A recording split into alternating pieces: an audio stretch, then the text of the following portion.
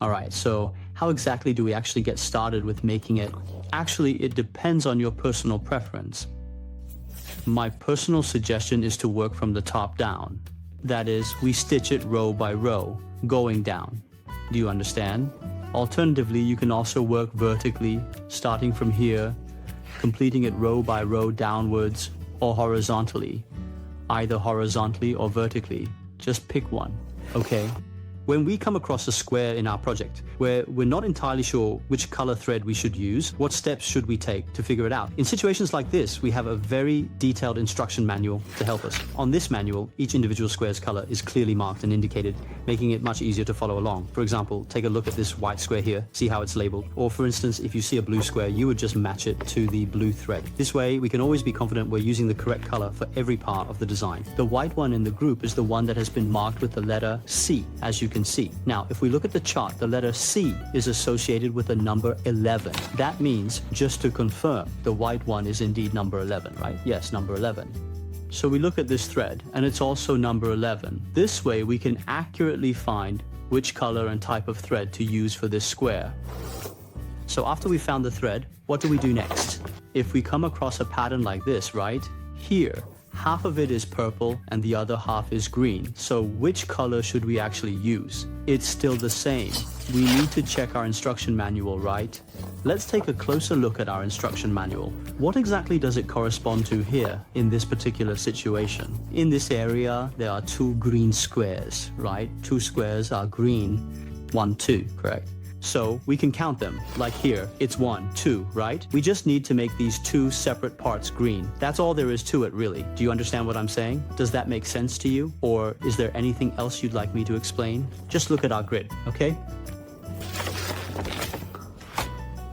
All right, let's get started next. After folding it in half, insert the crochet hook. Okay, then pull the crochet hook through here. But don't close this opening yet. Keep it open for now, since you'll need access to it in the next steps of the process. Alright, you can do it this way or that way, depending on what feels more comfortable or easier for you to handle. Take your time and make sure you feel confident before moving on. Okay, pull it out. After pulling it out, there's one more step. We need to tighten it a little, understand? But don't pull too hard. Alright, so let's continue and carefully follow my steps, okay? If that's alright with you. Go in. Come out.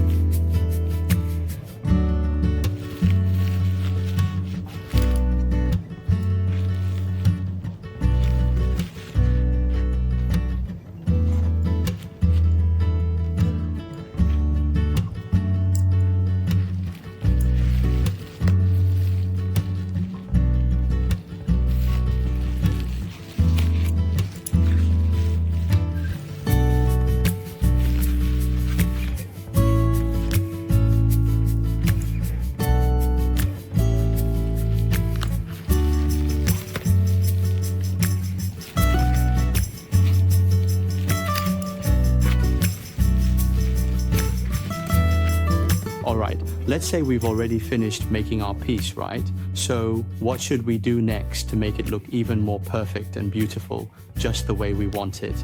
Well, first, we need to take the carpet outside. Try not to do this indoors if possible, and give it a really good shake, just like this. When we shake it, the differences in length will become very obvious. All the uneven lengths will be revealed, and then, after that, we can use regular household scissors or even craft scissors to carefully trim it all neatly. Do you understand?